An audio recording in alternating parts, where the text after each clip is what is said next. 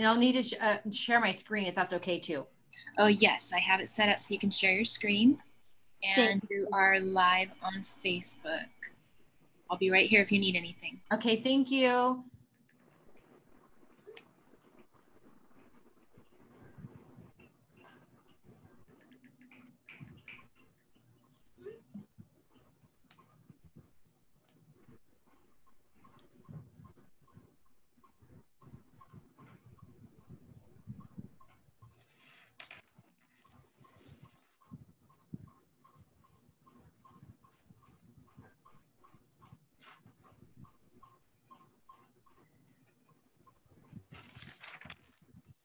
Okay, everybody. It is Monday time. It is Monday for our case management, right? Kind of look over and see how you would actually write an offer for one of our listings. So Eileen Rodriguez has a listing at 6841 Topeka Drive in Reseda. So what we want to do is I'm going to have signing in. Okay.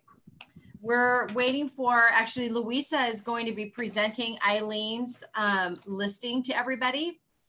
Eileen actually has 2 showings right now on her, on this particular property. So I'm going to pull up and you guys can be able to see the listing, right? And we're waiting for Louisa to get in so she can present to you guys. But here.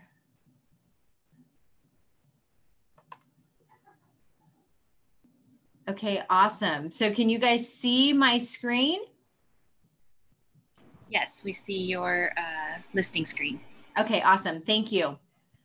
All right, everybody. So for those of you that are on Facebook, feel free to ask any questions in Facebook. And then I know that we have, and any of you that are looking on Facebook, you can also log in into the Zoom account, right? And play along, right? And see, how you would write an offer on this particular property. So Louisa, are you on? She's on, but I'm not sure if she's connected. Can you hear us, Louisa? I don't see yet. All right, so we'll go ahead. I'll go ahead and get started a little bit. All right, so we have the listing over at 6841 Topeka Drive in Reseda. It is list price of $649,900, and it's a 4-bedroom. There's Louisa. How are you? I'm good. Good. So let's go ahead so I have the listing pulled up here. So do you want to go ahead and talk a little bit about Eileen's listing on Topeka, and I'll kind of scroll through the pictures and we can see how people how they would like to go ahead and write an offer. You can tell it from the seller's point of view. Okay.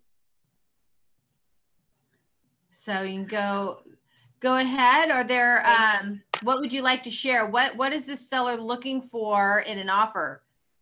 So this is actually an investment property that they have. And so it is vacant now. And so they just want to sell it because of what's going on with the market. So they want to sell it at the highest price possible. So it's move-in ready. You can write either shortest escrow or the longest because it is vacant, but no longer than 45 because they do want to close ASAP. And that's it. I mean, they purchased this home just the way that you see it. So they've had it for many years, I believe, from what you told me, about 10 years, from what I remembered.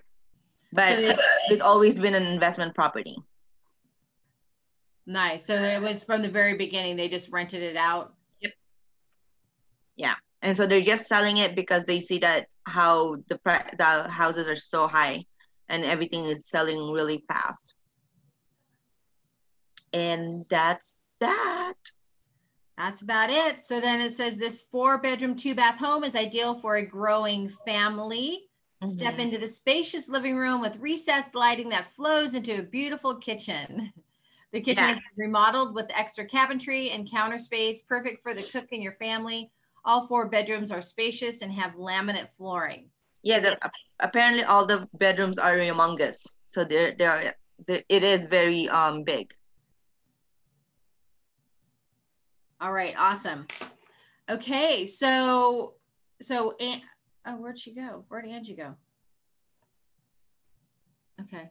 So anyway, so we have, is there any, let's see if there's any other private things that we need to know about the property. You know, just always have to make sure that you do your PEDs, right? But there's no, you know, it doesn't look like there are any hidden surprises on this particular property. So let's give everybody what we do here at this time, right? We give people 8 minutes to write their best offer, right? And then share and present your offer to Louisa and see what if it's a good one and what the strategy is behind it and etc. So we're going to do 8 minutes here. So on your mark, get set, go. Write some offers. Do you see me? Like, I don't see anybody else. I see we have more people on. Oh, okay. Yeah, their cameras are off. Oh, okay. Yep. I'm like, I don't see anyone except you. Yeah. Is my camera off? I don't even see me. No, I can see. Yeah, no, I can totally see you. Oh, okay. You're all good. So as we have the timer going for offers, is there anything else that you want to share? No. All right. So really, so for everybody to think about, you know, okay, what is the purchase price? What price do I want to come in on this property? Right? Who am I going to do a short closing? Am I going to extend it 30 days or 45 days? Am I an all cash buyer? Right? Am I going to remove the appraisal contingency? You know, what type of things, as from a buyer coming in, what's your strategy going to be to appeal to this investor that's had this property for a long period of time? Right? Again, I think probably one of the best features there is, you know, we have the floors. It looks like it's a decent sized lot, 6,300 square foot lot. And then their kitchen is what they really sell. It has, you know, really open space there for their kitchen. And it's in a price range of $649,900. That is, you know, definitely a price point that is moving quickly.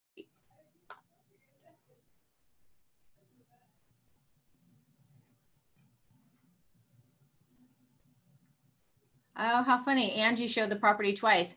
Angie, you should come back on and present the offer.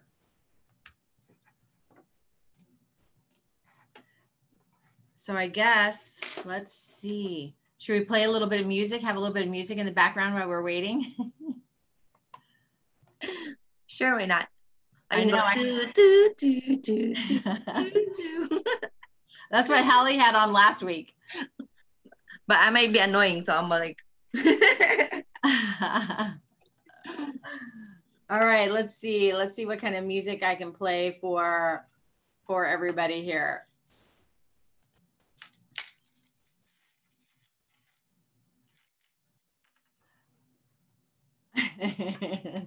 I know what I'm going to do.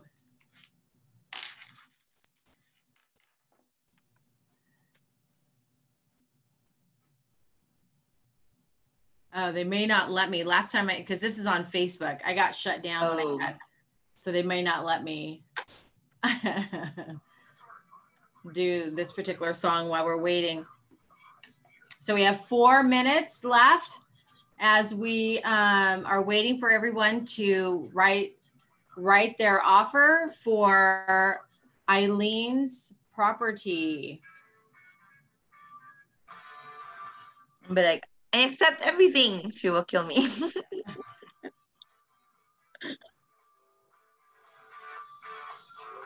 Can you hear that? Yeah. It's AC/DC's new song, Shot in the Dark. That's new? Isn't there a song that's called Shot in? Oh, or is that somebody else? That's Ozzy Osbourne. Oh. I don't know.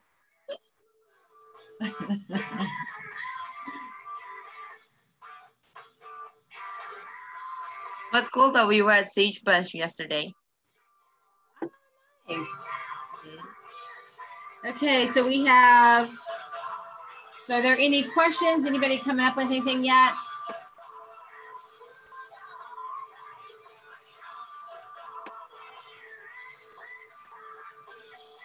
I had a question. Yes. So how do we find out like if it's priced correctly? Say listed at 649, but there's another property that I see here that's listed at 699 and it's about 220 square feet bigger. So, I mean, I feel it's underpriced. So if I came at price, will I be a smart buyer's agent or should I, I don't know. Yeah, well, the whole thing is, you know, kind of like what we talked about in our past training session, where you're doing a comparative market analysis, not only for your potential sellers, right, but for your buyers. So you would be looking in, you know, checking to see what the comps are for sure for your buyer, just to make sure that, you know, are you going to have appraisal issues? Are they underpriced? You know, are they priced competitively to be able to promote multiple offers? Are they overpriced, et cetera? So absolutely, you need to be going in and looking just like you did and notice that there's something, you know, on the market, find out what's pending, what's, you know, active under contract, pending, sold, et cetera, and days on market. Yeah, so we know that they definitely have had offers coming in already and we're only 7 days on the market. Okay.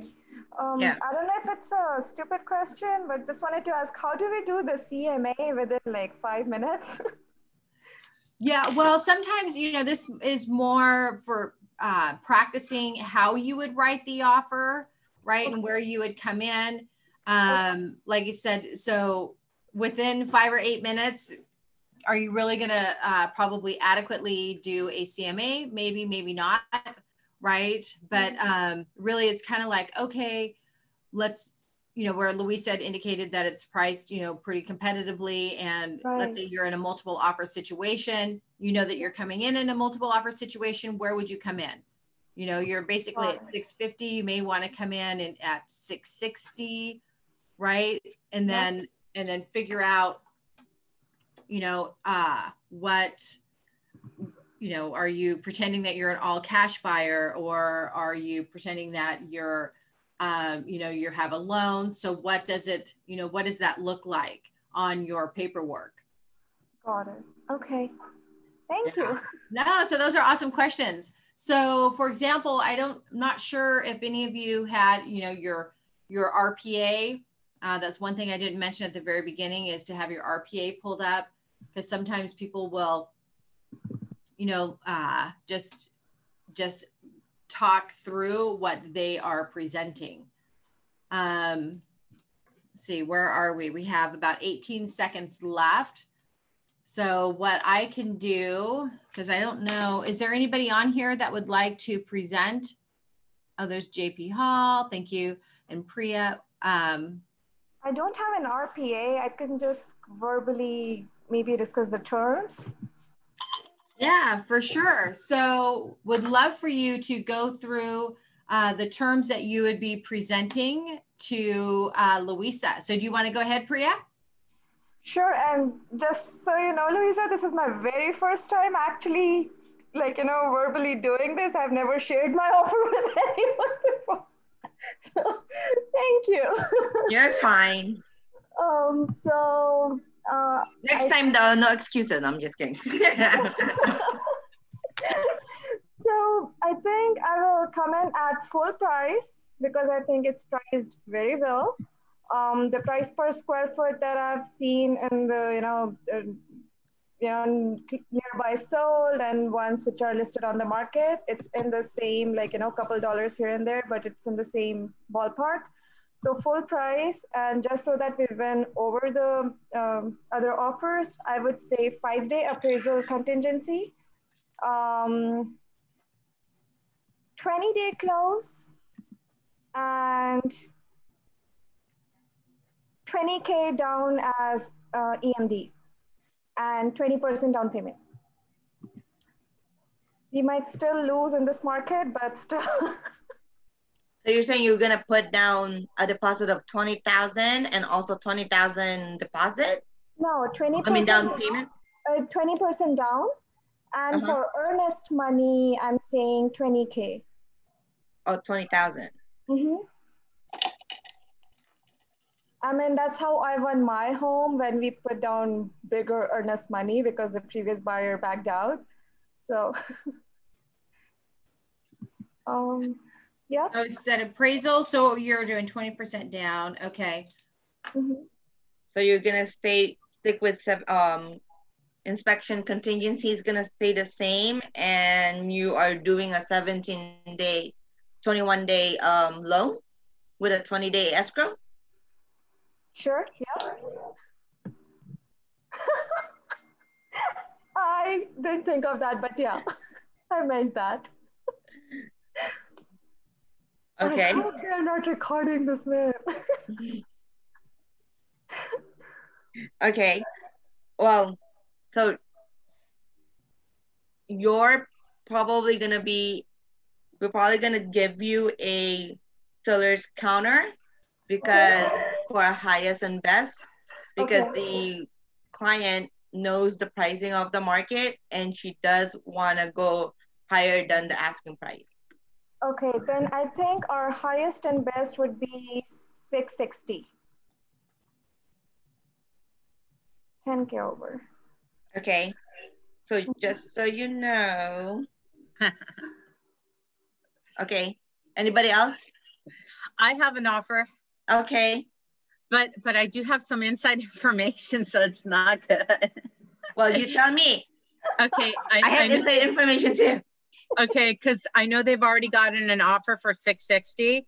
So we want to come in at 665 all cash offer. 665 all cash. Yeah, Angie, I'm out.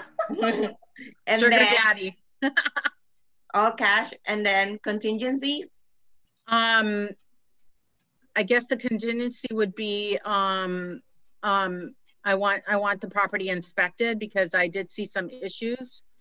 You want it or your buyer wants it? The buyer does.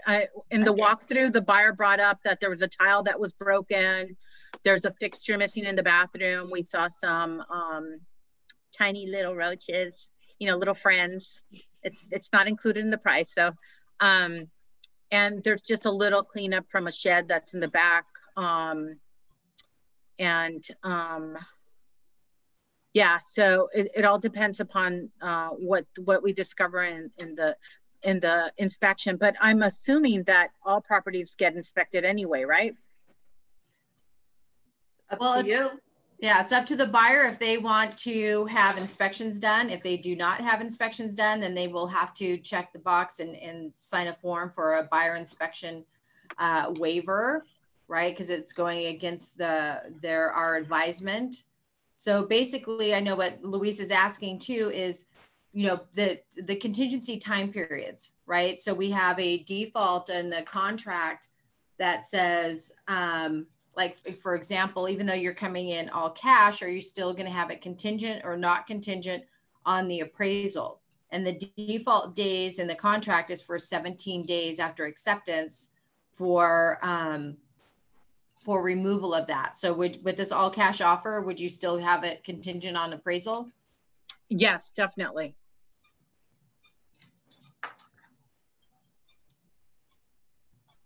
Okay. I probably, I don't know. Can I counter?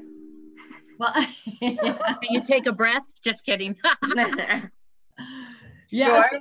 Yeah, so my client does not care about if it's a loan or cash. What they care about is the highest and best. So yeah, you can counter. I think we will forego the appraisal contingency. You're gonna forego the appraisal contingency on a loan? Oh, can we do that? I don't know. We can't, right? I don't know. Can you? They'd have to pay more money as you know, down, because the bank is only gonna finance up to the value of the property, you know, 80 LTV. Got it. So I don't believe, because then 120 to 130 is our 20% down, right? So will that be okay that if we forego the appraisal contingency and do 120 down, and then we have 20K, so we have 140K down, right? So will the bank, I mean, I'm asking as a newbie, like, will the bank be okay with waiving the appraisal contingency in this case? Well, they'll probably they will still have an appraisal done on the property, but if you make it not contingent on the appraisal, then let's say you offered 670,000.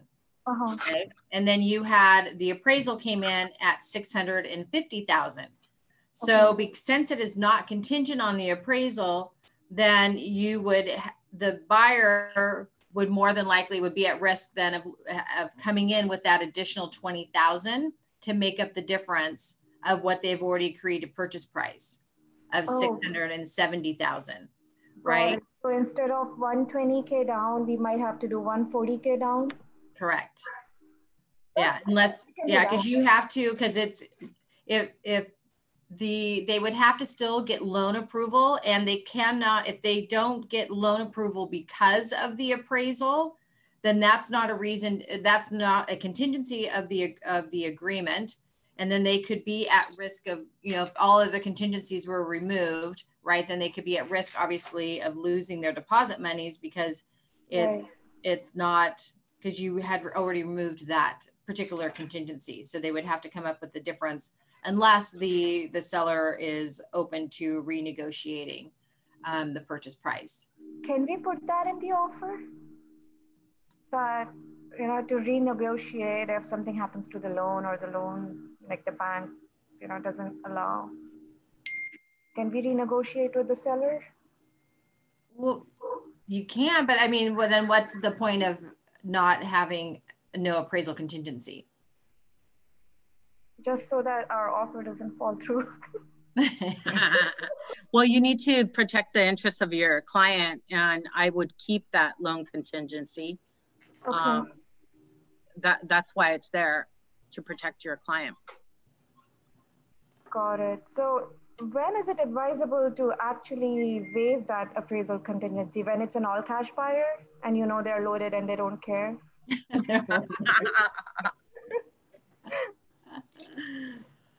Yeah, I mean, sometimes even if they're all cash, they'll still have a contingent on their appraisal.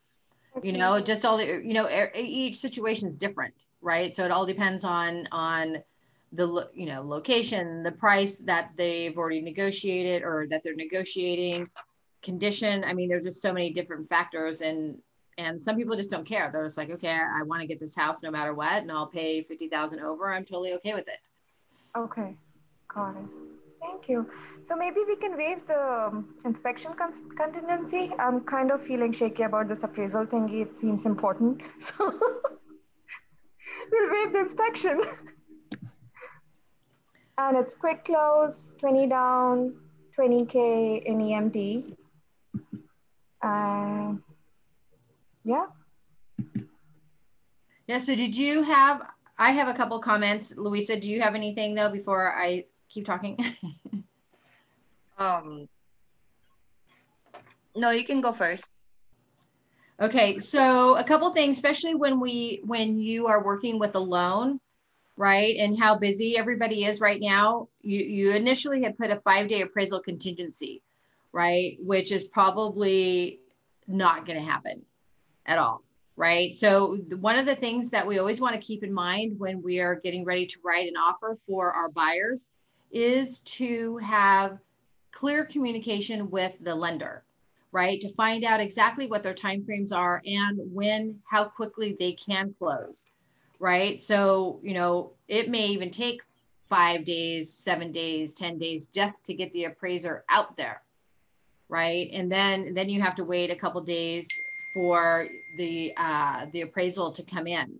So really each lender is different on their timeframes, but you want to always check, okay, what's the shortest time frame that you feel comfortable regarding my appraisal contingency and regarding getting full approval on the loan, and how quickly can you close? Because, you know, there for a while we were, you know, some of the lenders were wham, bam, thank you, ma'am, you know, being able to get it done. And then we got, whoa. Can we mute Florentina, please?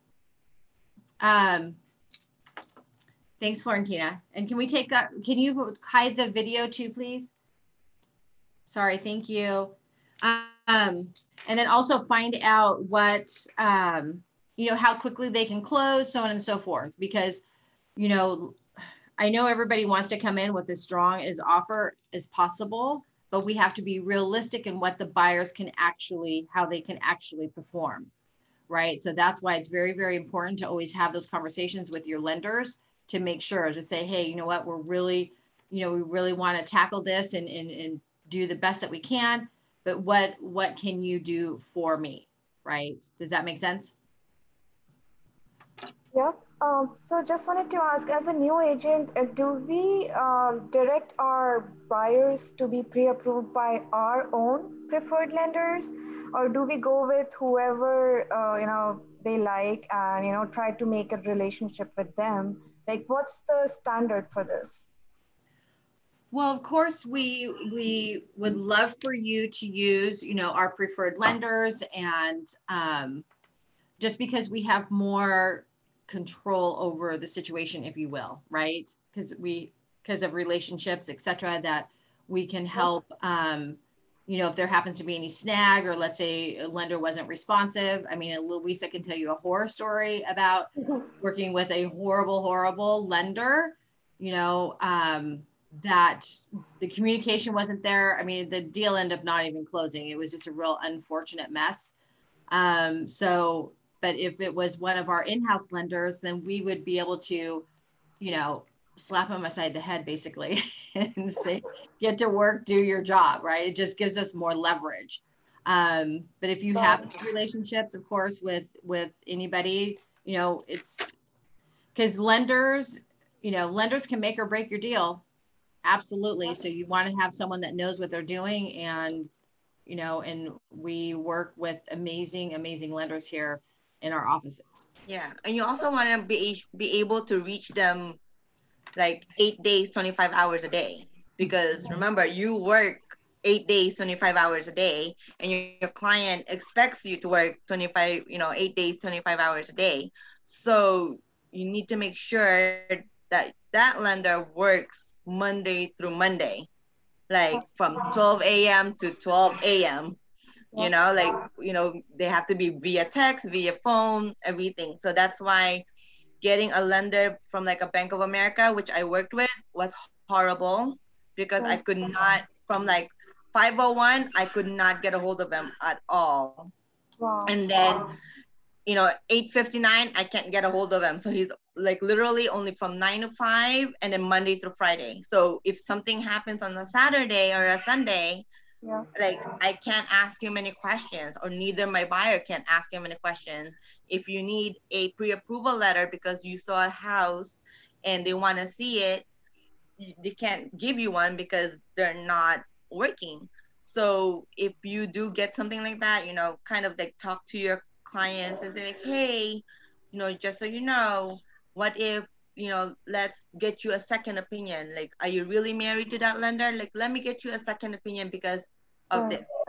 You know what I mean? Like, because Bank of America and those big banks right now, they're taking like humongous a long time to close. So you definitely want somebody that's, you know, and works like every single day, even on the weekends, and that, you know, that can close like ASAP. Got it. Thank you. Yeah. I mean, I'll note that in my diary. Yeah, yeah, no, that's all great stuff. I was just looking at a couple comments here. One from Priya is, how do we choose a title company as a new agent? You know, so you want to definitely talk to your agent services or team leader in your office. Like we have Clearmark Title for, that is our preferred title rep or title company here in the offices. So we can give you their lender, or their contact information. We're actually having a class on Thursday at noon that will give you introduction to our title rep, and then so they can help you get signed in with your login information so you can pull property profiles and different type of stuff. So yeah, so you have that. And then also, I think Luis, did he put I thought there was something that said about writing a letter. Suggesting a letter. Yeah, and we can't do that anymore. So just wanted to bring, yeah, it's. I thought we can, but we just have to tell the seller that. Yes. But remember, this particular listing is an investment property.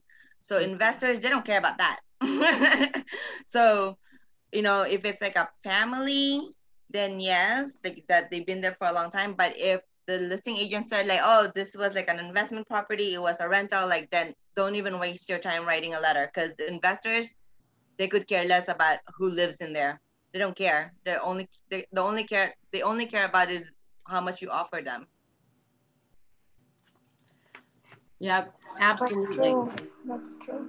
Thank you.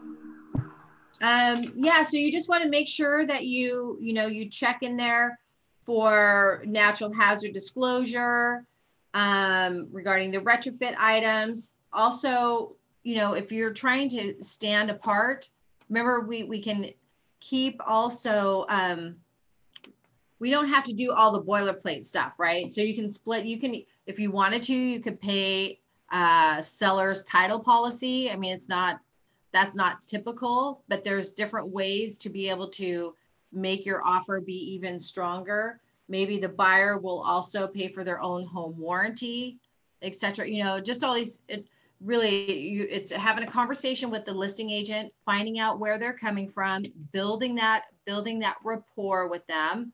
Like I said, Louisa keeps reminding everybody that it's an investor. So really with this person, it's net bottom line for them. So whatever's going to get them the most in their pocket, right, is what's probably going to appeal to them. So it's like, okay, maybe the buyer will pay for their own home warranty. Maybe they'll throw in the title, what have you. So just trying to think of, other ways, because there's only so many boxes that we can check differently, right, than the rest. But what are your additional thoughts, Louisa?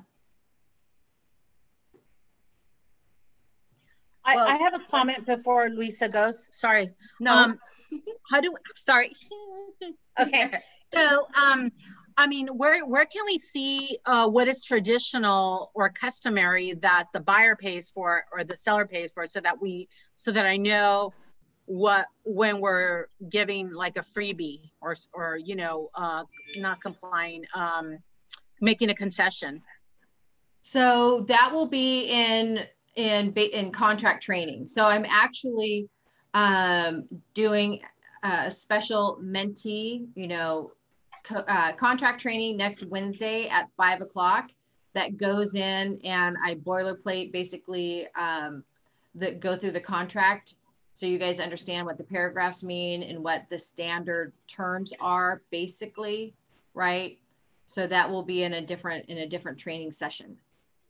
You don't know how many of those training sessions I've been on. So it's a matter of, I guess, repetition is good. And, when I attended that class earlier with Kristen, and she talked about creating templates so that I could refer to them, yep. But she never showed us how. So it's just kind of like an idea that hasn't really become a reality. So I could definitely use some help on how to create those templates so I could refer to them and cross my T's, dot my I's. Okay, awesome. Thank you. Welcome. Louisa. Oh, what I was going to say was that you guys were, Priya was asking about doing a really quick CMA. You guys know when you go on your SRAR, the cloud CMA, it can produce like within minutes. Yeah. So you just put in the address and then it will pop up like all the solds, all the, I feel like I'm yelling. Am I yelling? Am I loud? No, not at all. Oh, okay. All the solds and all the like active listings. And if you see that, oh wow, like you just said, this home is actually underpriced, then why would you want to give me a 649 knowing that it's an investor looking for the highest and best and that I'm in a multiple counter offer, I mean a multiple offer already. So you need to kind of just like, you know, educate your client, unless of course your client says like, no, I just want to put in just 650. You know what I mean? But just like show them, I'm like, hey, listen, like look at the comps. Right now, the highest that was sold is 700,000 with the same exact thing, with like, it's actually bigger than this one, blah, blah, blah, blah. If you really want this home, I suggest we go in strong because she also said, the listing agent also said that they already have multiple offers. That sounds good. Yeah. You know what I mean? So that, yeah, that was the only thing. But yeah, like Cloud CMA will produce it like within seconds. And you could just look it up and, you know, you don't even, you just want to see like what is going on in that property within that 1 mile radius. And then if you don't see it, then you just change it to 2 miles, you know, just play around. But then, yeah, it's really fast. So you can just kind of like, hey, this is what I got regarding pricing, and because of what's going on with the market right now, we will go on bidding war. So do you want to go on bidding war, or do you want to just be the highest and best? That's true. So I just wanted to know, in these cases, like say Angie has a full price offer for cash, and say my buyer, right? And like my clients are absolutely in love with this property. Suppose it was not a fixer upper, suppose it was a finished home, if they just love it. So if I'm financing, how can I make my offer strong enough for it to actually compete and be considered against a cash offer? Like, what do sellers generally treasure more than like cold hard cash? Well, again, like Stephanie said, it depends. So with this one, it's an investor. So then you automatically know like, okay, then they don't really care about feelings. They don't care about the house. They only care about the money. If my seller is a family that's been there for like 40 years, they, you know, had their family there, their kids grew up there, blah, blah, blah, blah, then yeah, you can be like, oh, okay, then let's do like the letter and let's do this. And, you know, but, you know, and then also like the concessions or the contingencies, the shorter, the better for an investor. Cash money is also, but remember, like, even though there's cash, my offer was declined, even though we offered cash, and it was asking price, 10-day contingency, no inspection, no loan contingency. And they declined us because somebody put in an offer that's 50,000 more than us, and it was a loan. And they were putting down 30-day escrow, everything like that. And I asked the agent, I'm like, you're declining a full price that's closing in 10 days and it's cash? And she's all like, they don't care about that. They care about the highest and best. Wow. Mm-hmm. So that's why it's very important to talk to the agent and see like what's going on. But remember, the agent's not going to tell you, I'm not going to tell you like, oh, Angie just put in a 665. Exactly. I mean, there should be some way. I mean, I don't know if it's something for the NAR, but there should be some way for buyers' agents to confirm whether the seller actually has multiple offers. Like, what if he's just lying? He has one offer and he's calling it multiple offer situation. I think that's where you just have to trust them. That's where ethics comes in. Well, but there are like 5,000 agents. So. I think if you work on a relationship with the agent, and maybe not flat out say, hey man, what's it gonna take? But, you know, kind of get a feel for, hey, you know, how much activity has there been? My client is very, very excited about the property. I don't know, they might volunteer something, but you're right. You know, what Lisa says, it might be an ethics and integrity issue. Hey, I was going to ask Stephanie, is any possibility for us to see how we would get to that cloud CMA that Lisa was just referring to? That's what I was doing. I do want to make a comment though, that I have asked, and I've had agents ask on my listings, what is it going to take to get this house off the market? And they'll tell you. Some will tell you, some won't, to say, okay, you know what? Some will say best and final. Some will tell, you know, you can ask the questions. Are we as listing agents supposed to disclose what the prices are? Absolutely not. Do some do? Absolutely. Will some give you a range of where you need to be? So I was going to write an offer on a place last week, and they said, well, you need to be, it's a little bit above, right? And then she really wanted us to get it. And she told me what I needed to do. So that's by building the relationships and asking the questions. It doesn't hurt to ask, because sometimes they will share and sometimes they won't.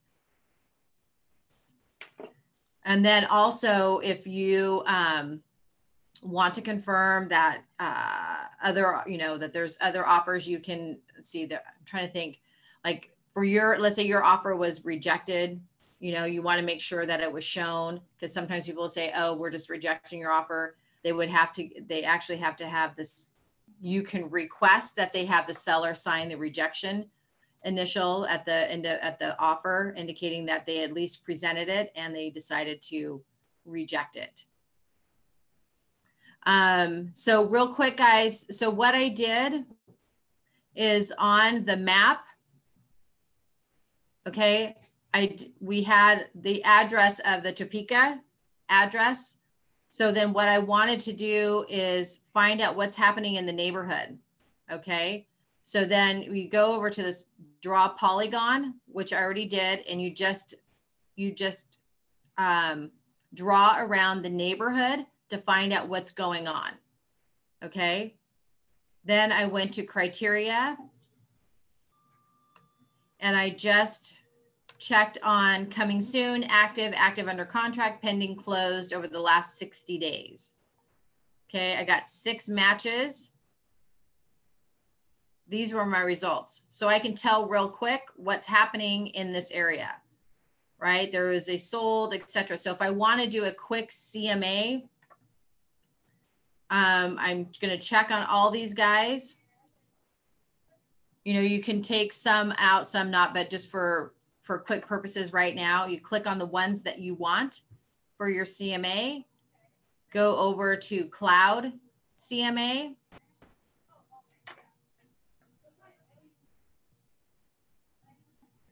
Okay, name on report, so on and so forth. You know, you can fill all that stuff out.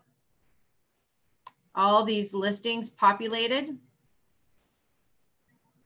Okay, then you want to go in and fetch the listings. And I can't be blank. Okay. Topeka buyer. No, they're talking about the subject property.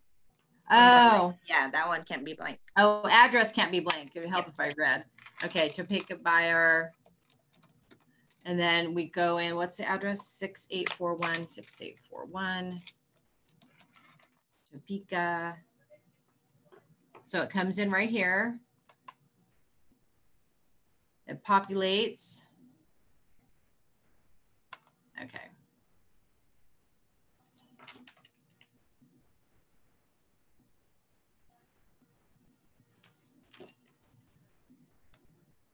All right, then I'm going to customize the report.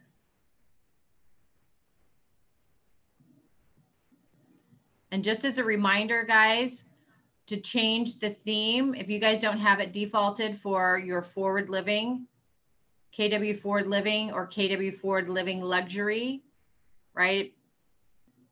So it puts all our good stuff in it, our customized listing presentation. I mean, for the buyer, you definitely don't want all, you know, all this stuff in it. You just wanted to do a CMA and get to the what the price is, the listing details, etc. So here, so you can click. This is not really training on all this, but you can just click on the stuff that you don't want. We'll just do that for now. But anyway,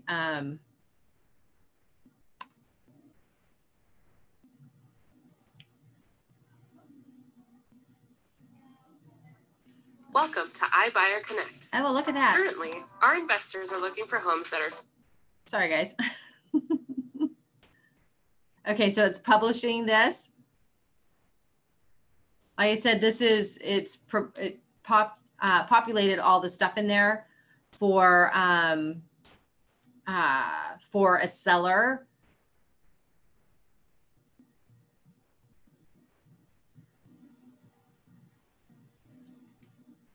So it comes up live like this. So the comps, we have 6 comps here. See, it shows the pictures, gives some Nice. quick information, right? This is your subject property here. You can look at average pricing, right? Obviously, I did not take out the smaller properties or anything like that, right? So this is not accurate for a comp to the to this particular home, but it gives you, you know, days on market, as you can say, like look over here, look at 104.1% of list price. So all of the homes over there are going over list price. So that's what the that was really down and dirty of what you can go in and, hold on, I'm trying to get over here. Right, you're able to take all these listings from the map. Does that make sense, guys? Totally. I'd like to revise my offer now. That what? I would like to revise my offer now. I'd like to go 25K over list. That's funny. My Okay. friends are just in love with the potential of, you know, additional income through this thing.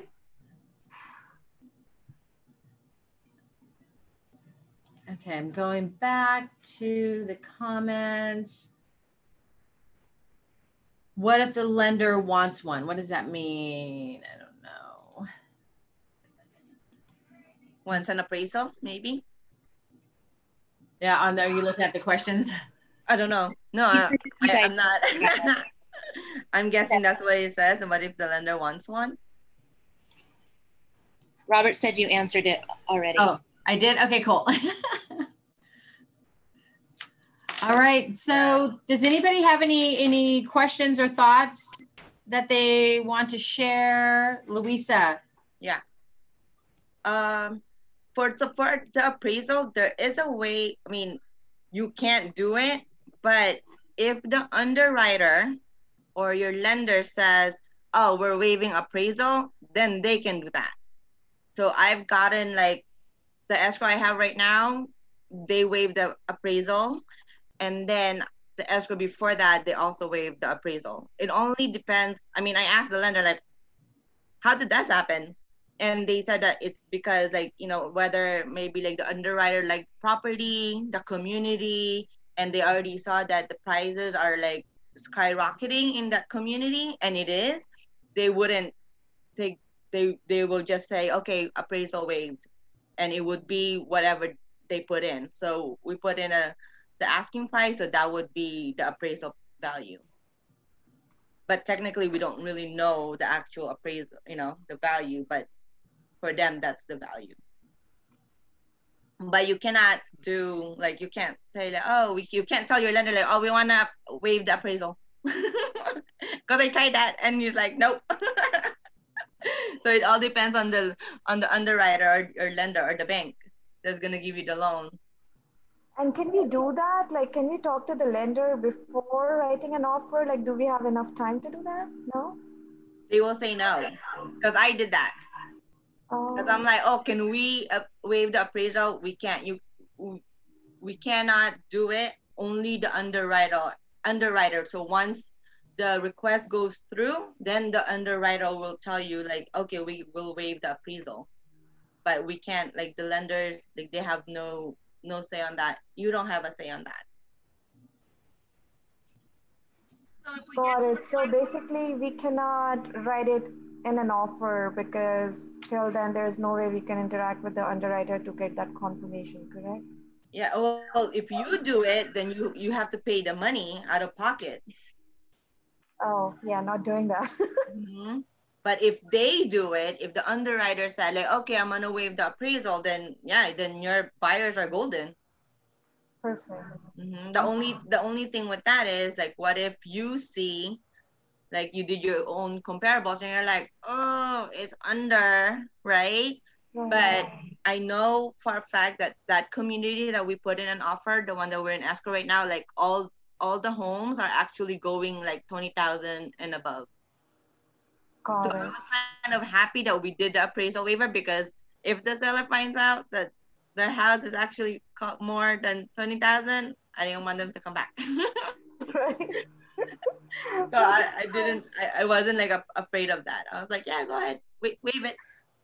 That's awesome. Thank you. You're welcome. What if we don't have the loan? What if the appraisal hasn't come in yet and the selling agent says that they want to remove the contingency? Is that our opportunity to say, well, no, we don't want to remove that contingency? Is that when the escrow gets canceled? They're gonna send you a notice to perform. Yeah, because everything is dictated by time frames. So you'll know, let's say on October 22nd is when the appraisal contingency is supposed to be removed on this particular escrow, right? So when the 22nd comes, then, and you haven't removed it yet, then they can do, like Louisa said, a notice to perform. That tells you have to remove the appraisal contingency. And then if you don't within those 2 days or whatever time is agreed upon, then no. I could lose my deposit. No, no, it's defaults to 2 days. Demand to close is 3 days. Oh, yeah. Notice to perform is 2, but no, so then they would say, hey, can you remove this contingency, or the seller has the right to cancel. Doesn't mean the seller will cancel. It just means they have the right to cancel since you didn't perform on that. So if you have an active contingency, then you're not at risk of losing your deposit monies. You'd be at risk of losing your deposit monies if all contingencies were removed and you canceled and defaulted on the agreement. Okay, all right. So this is where your relationship with the lender comes in. So if you know that, okay, my contingency for my appraisal or the loan is coming up like in 2 days or so, then you have to ask your lender, hey, what's going on? Then you communicate with the other agent, like, hey, Angie, listen, this is what's happening. We got the appraisal, we ordered it, but the lenders right now, they're going crazy. They're so busy. So I'm gonna send you a request for an extension. I think that my lender said it's about 5 days, and then that's it. And then you just send it. But it's communication. Like, just be transparent. Trust me. That makes sense. Now that like the agent has no transparency at all, and it's making my life hell and my buyers. So definitely be transparent with the listing agent and just say like, hey, this is where we're at. So I'm gonna ask for your extension because we don't have the appraisal. Perfect. Yeah, like Louisa said, it's best to always over communicate. And then also when you're communicating regarding all these things, when you know about what's happening with this, that, and the other thing, always follow up with an email. So everything is in writing. Everybody, it doesn't come to he said, she said, blah, blah, blah. So you have a conversation, boom, you go email. Hey, just to follow up on our conversation, this is what was happening, so on and so forth. Yeah, don't be like me. I'm like such a trustworthy person. I mean, I trust so much. So don't trust anyone. Okay, so gosh, that hour flew by actually. So any questions, any last minute questions and that we want before we sign off here? No? Thank you, ladies. I learned a lot. Thank you so much. Yeah, that was really helpful. Thank you so much. You're welcome. Thank you for being here. Let's see, were there any additional questions on Facebook? I don't think so. Okay. All right, I think we are good. I really appreciate you guys being here, and then we'll talk to y'all later. Have a fabulous rest of your Monday. Thank you. You too. Go get Eileen's listing sold. All right, bye everybody.